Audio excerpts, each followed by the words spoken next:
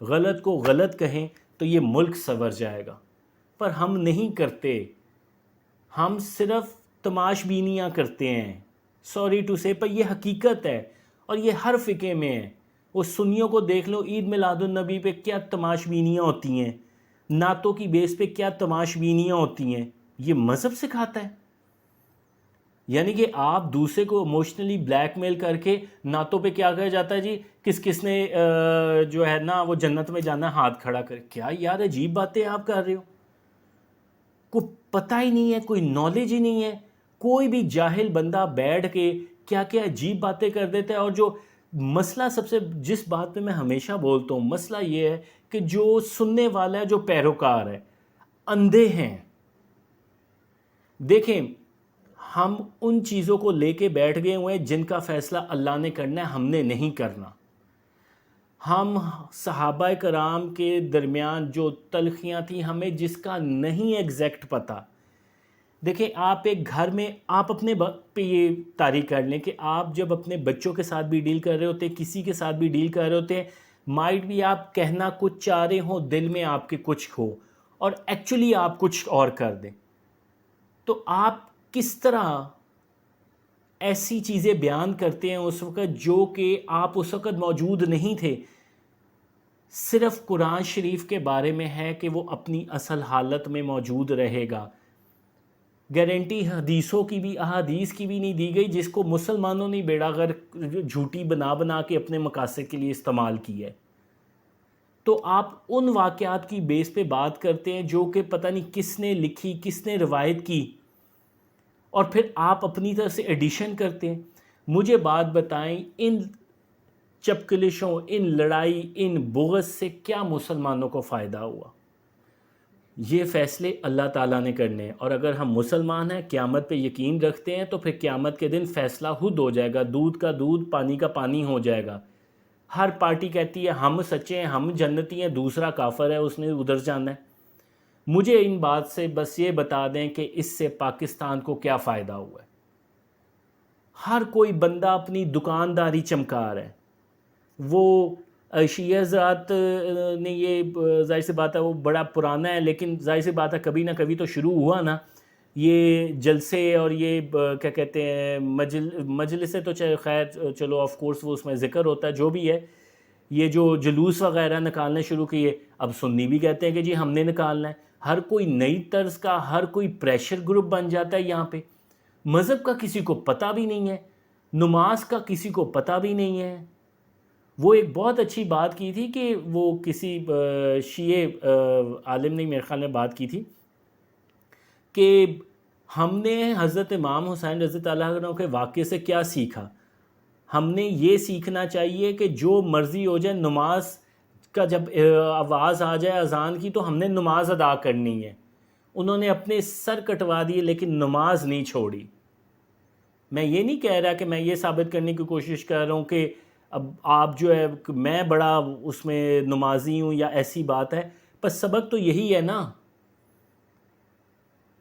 موٹے موٹے سبق ہیں، سمپل سی بات ہے۔ میں تو اس چیز کو اس طرح لیتا ہوں، نماز نہیں چھوڑنی، جو مرضی ہو جائے، ظالم بندے کا ساتھ نہیں دینا، غلط کو غلط کہنا ہے، چاہے آپ کی جان چلی جائے، آپ کے خاندان کی جان چلی جائے۔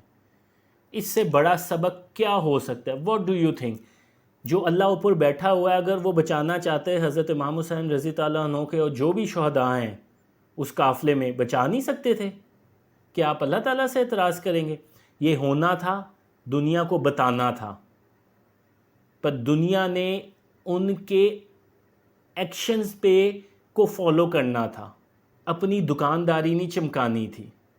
ہر کوئی دکانداری چمکاتا ہے، فقہ کے اندر اس کے جو سب پارٹس ہیں وہ بھی دکانداری، گروازم سارا پھیلا ہوا ہے، پریشر گروپ آیا ہوا ہے۔ مذہب کا کوئی جو اصل ہے نا، کوئی نہیں نام لیتا۔ یعنی کہ کتنی عجیب بات ہے کہ غیر مسلم ہمیں مسلمان کہتے ہیں، لیکن ہم جب ایک دوسرے سے بات کرتے ہیں تو ہم کیا کہتے ہیں؟ جی شیعہ ہے، سنی ہے، وابی ہے، دیوبندی ہے، اہل حدیث ہے، ہم اس طرح کی باتیں کرتے۔ تو کہاں گیا ہمارا مذہب؟ یہ ٹو بی آنیسٹ یہ مجھے بھی پرابلمس تھیں، لیکن جب میں نے ریئلائز کیا after some time after some years کہ یار اس سے ہمیں فائدہ کیا ہوا ہے، ان چپکلوشوں سے کیا فائدہ ہوا. مجھے غصہ چڑھتا ہے ہر فقے کے لوگوں کی اس غلط باتوں سے جو کہ سیدھی سیدھی اسلام کے کانٹراڈکٹ ہوتی ہے. شیخی خوری، دکھاوا،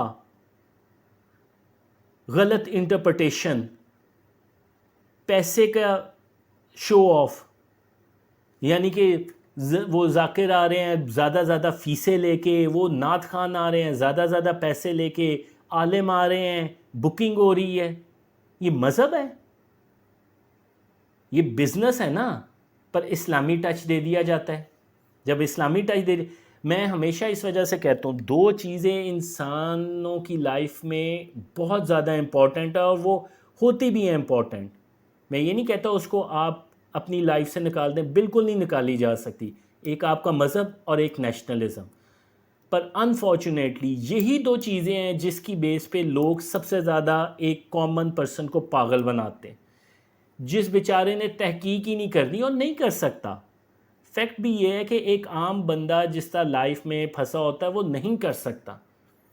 تو یہ ان پہ ذمہ داری آتی ہے جو اپنے منہ سے الفاظ نکال رہے ہیں اور جو کہ جھوٹ اس میں شامل کر رہے ہیں.